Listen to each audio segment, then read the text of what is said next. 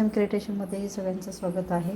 तर आज आपण इथे बनवणार आहोत किंवा आपण याला लाल भोपळा पण म्हणू शकतो, काशीफळ। तर मी कढईमध्ये 2 चमचे तेल टाकून घेतलेलं आहे आणि इथे मी लसूण 4-5 लसणाच्या पाकळ्या आणि कोथिंबीर, जिरे आणि 4-5 मिरच्या, हिरव्या मिरच्या याचं मी वाटण करून घेतलेलं आहे, इथे बघू शकता। आता आपण तेल आपलं तापून झालं की आपण त्याच्यात हे वाटण टाकून घ्यायचं आहे। या वाटणामध्ये मी 4-5 हिरव्या मिरच्या टाकलेल्या आहेत आणि लसूण पाकळ्या आणि जिरं आणि कोथिंबीर याचं मी वाटण इथं करून घेतलेलं आहे, इथे बघू शकता। आता कढई आपली तापून झालेली आहे। कढईमध्ये आपण 2 चमचे तेल टाकून घ्यायचे आहे, इथे 2 चमचे तेल टाकून घेतलेलं आहे। तर आता आपलं तेल तापून झालेलं आहे, इथे बघू शकता। याच्यात आता हे वाटण टाकून घ्यायचं आहे।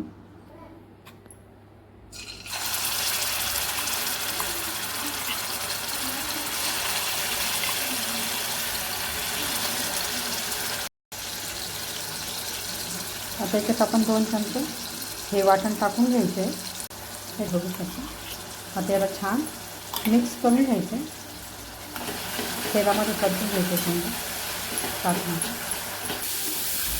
आता हे आपलं छान परतून झालेलं आहे।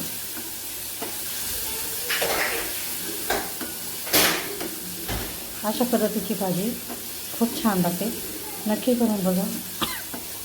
जर तुम्हाला माझे व्हिडिओ रेसिपी आवडत असतील तर माझ्या चॅनलला सबस्क्राईब करा, सबस्क्राईब करायला विसरू नका।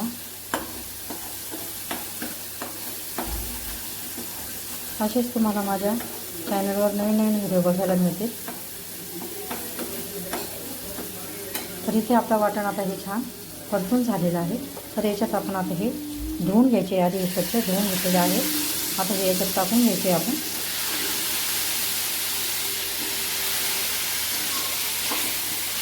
आणि आता हे याच्यामध्ये छान मिक्स करून घ्यायचे। इथे सगळे आपण हे काशीफळ टाकून घेतलेलं आहे, कापलेलं फोडणीमध्येच टाकायचं। हे याला छान परतून घ्यायचं आहे, फोडणीमध्ये सगळं याला मिक्स करून घ्यायचं आहे फोडणी। आणि याच्यानंतर आपण असं फोडणीत छान मिक्स करून घेतो की परतून झालं की हे नंतर आपण थोडंसं अर्धा ग्लास पाणी टाकायचं आहे। पाणी नाही टाकलं तरी चालतं, कारण हे वाफे पण होतात, पण ज्याला पाणी टाकून शिजायचं असं त्याने थोडंच पाणी टाकायचं, जास्त पण नाही टाकायचं। तर इथे बघू शकता आपल्या भाजीला असं छान रंग आलेला आहे। आता याच्यामध्ये आवश्यकतेनुसार आपण मीठ टाकून घ्यायचं आहे। मी इथे अर्धा चमचा मीठ टाकते, बघू शकता। मी अंदाजेच टाकत असते, अर्धा चमचा, साधारण अर्धा चमचा टाकू शकतो आपण इथे मीठ टाकल्यानंतर याला छान परतून घ्यायचं आहे।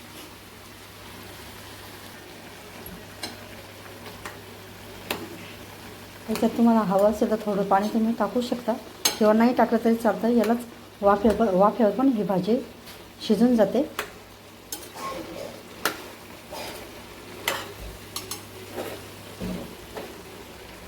आणि 10 मिनिटं आपली भाजी शिजू द्यायची आहे चांगली। आता आपण याच्यावर झाकण ठेवून घ्यायचं आहे आणि थोडी मध्ये मध्ये थोडी झाकण काढून हलवायचं आहे, म्हणजे सगळ्या बाजूने आपली भाजी शिजली पाहिजे। ही 5-10 मिनिटातच भाजी शिजून जाते आणि खायला पण खूप छान लागते। मीठ टाकल्यानंतर असं छान हलवून घ्यायचे, मिक्स करून घ्यायचं आहे मीठ टाकल्यानंतर सगळी भाजी, म्हणजे सगळ्या भाजी आपल्या तिथं आळणीने राहायला पाहिजे। आता याला आपण मीठ छान मिक्स करून घेतलेले, सगळी बाजूने हलवून घ्यायचं त्याला। आणि ह्या भाजीला वाफेवरच उद्यायचं आहे, ताट झाकून ठेवायचं आहे, म्हणजे ती वाफेने शिजून जाते। पाणी टाकायची काही गरज नाही।